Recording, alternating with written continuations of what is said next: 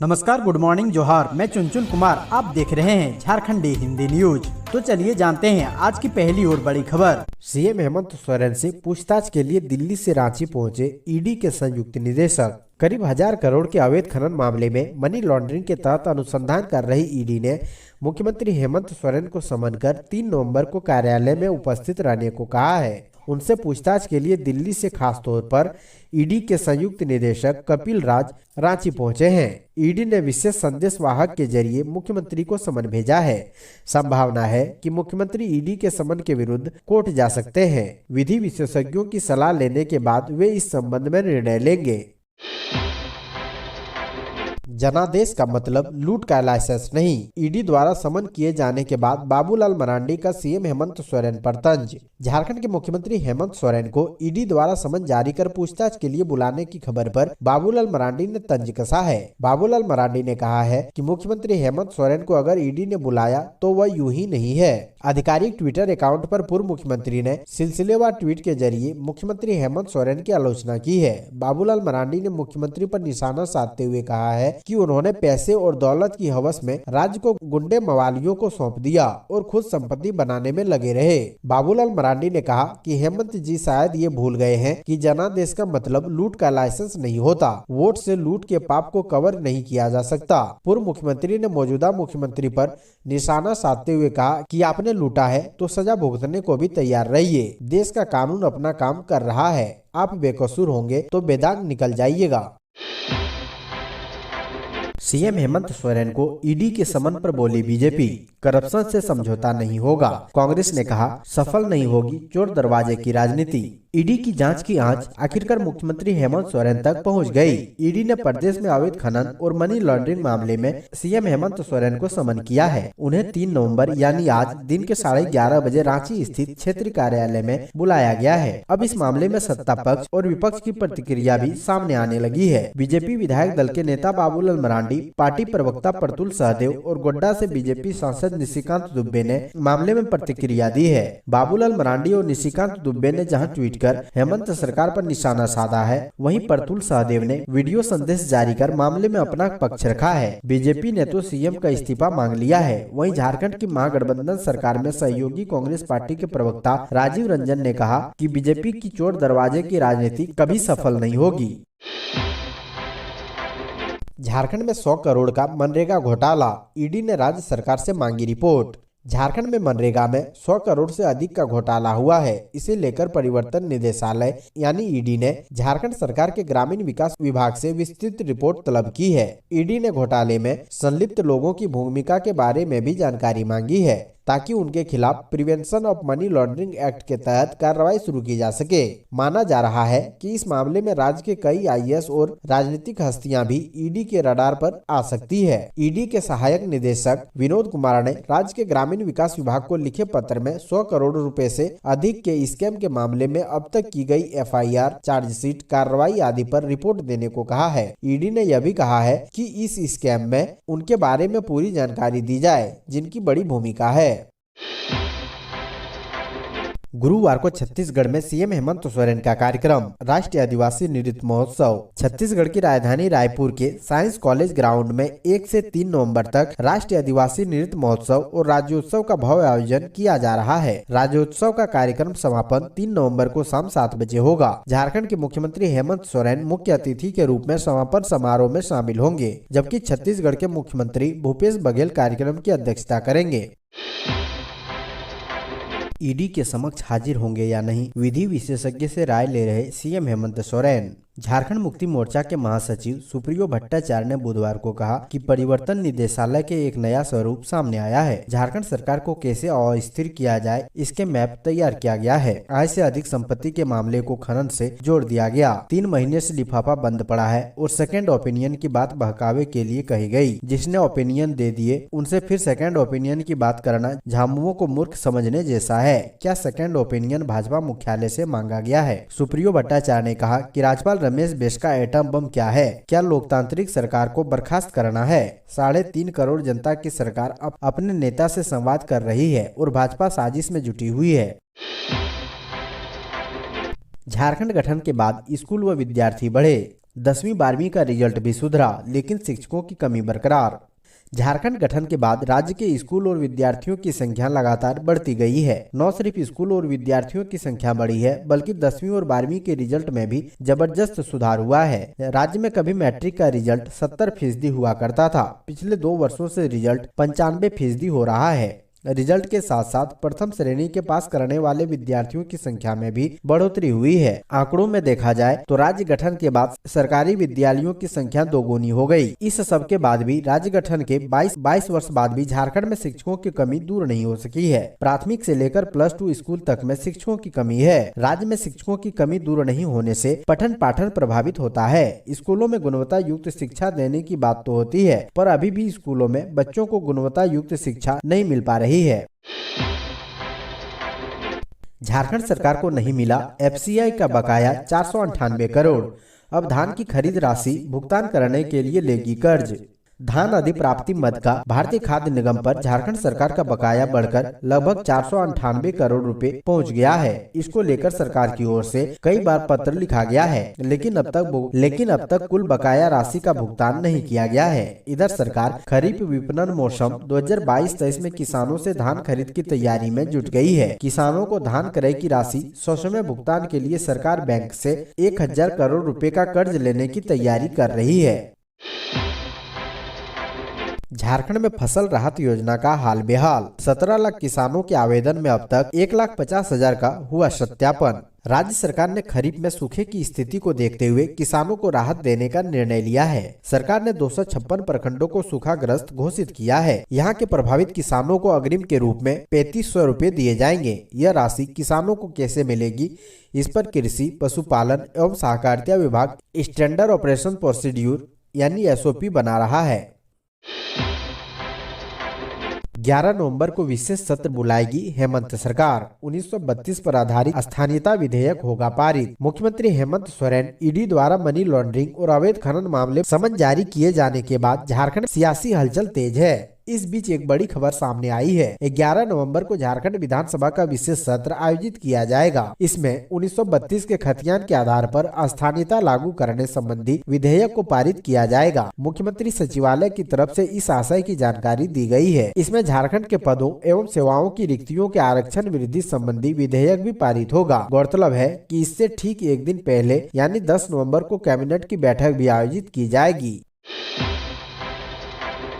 ED के घेरे में सीएम हेमंत सोरेन। बीजेपी ने कहा जैसी करनी वैसी भरनी। मुख्यमंत्री हेमंत सोरेन को ईडी द्वारा खनन मामले में समन भेजे जाने के बाद राज्य में राजनीति गर्मा गई है। राज्यसभा सांसद और बीजेपी के प्रदेश महामंत्री आदित्य साहू ने इसे जैसी करनी वैसी भरनी बताते हुए पाप का घड़ा फूटने की बात कही है। राज्यसभा सांसद और बीजेपी के प्रदेश महामंत्री आदित्य साहू ने ईडी के कार्रवाई पर प्रतिक्रिया व्यक्त करते हुए कहा है कि इसके पीछे बीजेपी का कोई भी हाथ नहीं है।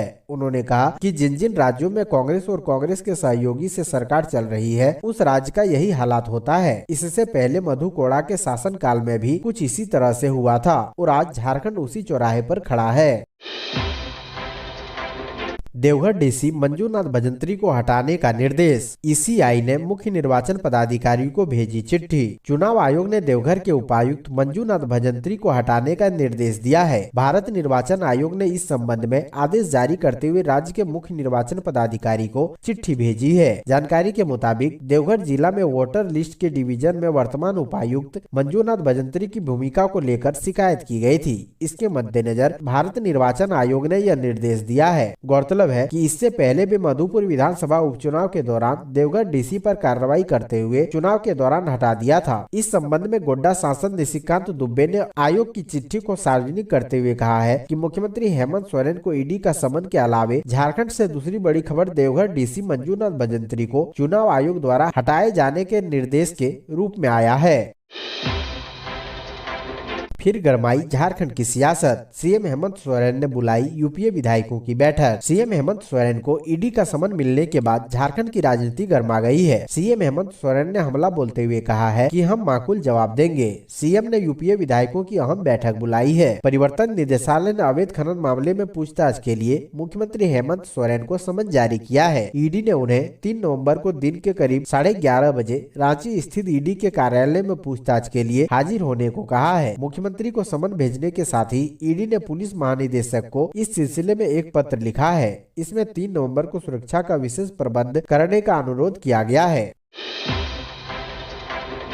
ईडी के एक्शन से झारखंड में खलबली। वृंदावन दौरे पर गए बाबूलाल मरांडी बोले, भर गया पाप का घड़ा, अब चलेगा चक्र। परिवर्तन निदेशालय यानी ईडी ने खनन मामले में मुख्यमंत्री हेमंत सोरेन को समन भेजकर आज रांची स्थित दफ्तर आने को कहा है। इस घटना के बाद झारखंड की राजनीति में खलबली मची हुई है। बाबूलाल मरांडी ने भी ट्वीट किया है। माना जा रहा है इसके सहारे उन्होंने सरकार कटाक्ष किया है। हालांकि अभी तक यह तय नहीं हो पाया है कि मुख्यमंत्री गुरुवार को ईडी के दफ्तर में जाएंगे या समय की मांग करेंगे। झारखंड में भाजपा के विधायक दल के नेता बाबूलाल मरांडी के दिल्ली जाने से चर्चाओं का बाजार गर्म हो गया है। भाजपा के प्रदेश अध्यक्ष दीपक प्रकाश भी दिल्ली में ही हैं। जानकारी के मुताबिक बाबूलाल मरांडी दिल्ली से वृंदावन के दौरे पर निकले हैं। वृंदावन से लौटने के बाद वह अगले कुछ दिनों तक दिल्ली में ही रहेंगे। इस दौरान पार्टी के कई बड़े नेताओं से मुलाकात की भी संभावना है। जानकारी मिल रही है कि 6 नवंबर को बाबूलाल मरांडी झारखंड लौट सकते हैं, क्योंकि 7 नवंबर को गिरिडीह में भ्रष्टाचार के खिलाफ कार्यक्रम में भी उन्हें शिरकत करना है। लेकिन ईडी द्वारा सीएम को समन के दिन ही बाबूलाल मरांडी के दिल्ली रवानगी के कई मायने निकाले जा रहे हैं। साहिबगंज में बोले हेमंत सोरेन, विपक्ष के अनुरोध पर हमें ईडी ने बुलाया, देंगे माकूल जवाब। आपकी योजना, आपकी सरकार, आपके द्वार कार्यक्रम के दूसरे चरण में हिस्सा लेने मुख्यमंत्री हेमंत सोरेन साहिबगंज पहुंचे। पुलिस लाइन मैदान में आयोजित शिविर में पहुंचे मुख्यमंत्री हेमंत सोरेन ने कहा कि ईडी ने हमें विपक्ष के अनुरोध पर बुलाया है। दोपहर करीब 1:30 बजे सीएम का हेलीकॉप्टर यहां पहुंचा। सीएम के साथ श्रम मंत्री सत्यानंद भोक्ता, सांसदीय कार्य सह ग्रामीण विकास मंत्री आलमगीर आलम, बोरियो विधायक लोबिन हेम्ब्रम, राजमहल सांसद विजय हांसदा भी थे। मुख्यमंत्री के मुख्य सचिव विनय चौबे और डीआईजी सुदर्शन मंडल भी मौके पर मौजूद रहे। इस दौरान मुख्यमंत्री ने 104 करोड़ 81 लाख रुपए की योजनाओं का शिलान्यास व उद्घाटन किया। शिविर का उद्घाटन करते हुए साहिबगंज के डीसी रामनिवास यादव ने मुख्यमंत्री को संथाली टोपी पहनाया। इस दौरान हेमंत सोरेन ने सभा को संबोधित करते हुए कहा, विपक्ष को राज्य का विकास हजम नहीं हो रहा है, इसलिए खुट्टी की जांच साहिबगंज तक पहुंच गई, लेकिन माकूल जवाब दिया जाएगा। उन्होंने कहा कि विपक्ष के अनुरोध पर ईडी ने बुलाया है, पर हम घबराने वाले नहीं हैं। कहा कि विपक्ष राजनीति में उन्हें नहीं हरा सका, तो अब संवैधानिक संस्थाओं का उपयोग किया जा रहा है। इशारे में सीएम हेमंत सोरेन ने कहा कि उनकी छवि खराब होने से मेरी भी छवि खराब हो गई, तब तो गया। षड्यंत्रकारियों को यहाँ की विधवा, महिलाएं, बच्चियों, बुजुर्ग और मजदूर जवाब देंगे। ईडी ने हेमंत सोरेन को भेजा समन। सुप्रियो भट्टाचार्य ने भाजपा पर लगाए गंभीर आरोप। मुख्यमंत्री हेमंत सोरेन को ईडी द्वारा समन भेजने के बाद झारखंड की सियासी पारा काफी चढ़ गया है। बुधवार की शाम यूपीए विधायक दल की बैठक हुई। वहीं जेएमएम ने प्रेस कॉन्फ्रेंस कर केंद्र सरकार पर सरकारी एजेंसियों के दुरुपयोग करने का आरोप लगाया। जेएमएम महासचिव सुप्रियो भट्टाचार्य ने ईडी की कार्यशैली पर सवाल उठाते हुए बीजेपी को भी कटघरे में खड़ा किया है। सुप्रियो भट्टाचार्य ने कहा कि चुनाव आयोग अब स्वयं निर्णय लेने वाली संस्था नहीं रह गई। राज्यपाल की जो मानसा है उसे जल्द साफ कीजिए। हम किसी भी धमकी से डरने वाले नहीं है। उन्होंने आगे कहा कि जो साजिश चल रही थी वह अब सामने आ गई है। भाजपा आदिवासी मुख्यमंत्री को पचा नहीं पा रही है। अब तक का सबसे बड़ा बहुमत हेमंत सोरेन को मिला है, इसे भाजपा पचा नहीं पा रही है। अब हम सड़क से सदन तक नजर आएंगे। उन्होंने कहा कि अब भाजपा हमारी उसी ताकत को देखेगी जो हमने 4 दशक तक दिखाया है। आगामी दिनों में बड़े आंदोलन भाजपा के खिलाफ चलाया जाएगा। उन्होंने कहा कि अब लड़ाई आर पार की होगी, हम किसी से डरने वाले नहीं हैं। झामुमो के एक कार्यकर्ता में आक्रोश है। अब हम बड़े आंदोलन की तैयारी में लग गए हैं। अगर मुख्यमंत्री को समन भेजा गया है तो विधि सलाहकार से सलाह कर आगे का निर्णय लेंगे। उन्होंने यह भी आरोप लगाया है कि झारखंड में 2 भाजपा के नेता ईडी की कार्रवाई का स्क्रिप्ट लिख रहे हैं। ईडी एक संवैधानिक संस्था है, लेकिन इसकी पूरी जानकारी बाबूलाल मरांडी और निशिकांत दुबे के पास कैसे पहुँच रही है। पीएम मोदी को भी करना चाहिए समन। सीएम हेमंत सोरेन को ईडी के बुलावे पर भड़के जेएमएम नेता। झारखंड के मुख्यमंत्री हेमंत सोरेन को बुधवार को परिवर्तन निदेशालय ने अवैध खनन और मनी लॉन्ड्रिंग केस में समन किया है। इस मामले के पश्चात सत्ताधारी झारखंड मुक्ति मोर्चा पार्टी के नेता मनोज पांडे ने केंद्र की भारतीय जनता पार्टी सरकार पर बदले की राजनीति करने का आरोप लगाया है। मनोज पांडे ने हेमंत सरकार को परिवर्तन निदेशालय द्वारा समन भेजने पर कहा है कि पीएम को भी कई मामलों में समन करना चाहिए। मनोज पांडे ने कहा अन्याय होगा तो हम अदालत में जाएंगे। मुझे नहीं पता कि परिवर्तन निदेशालय एक सीएम को भी समन भेज सकता है। यदि ऐसा है तो सीएम कानूनी विशेषज्ञों से राय लेंगे और इसका जवाब देंगे। आपकी जानकारी के लिए बता दें कि झारखंड के सीएम हेमंत सोरेन को परिवर्तन निदेशालय ने लोक प्रतिनिधित्व अधिनियम 1951 अवैध खनन और मनी लॉन्ड्रिंग मामले के उल्लंघन पर समन भेजा है।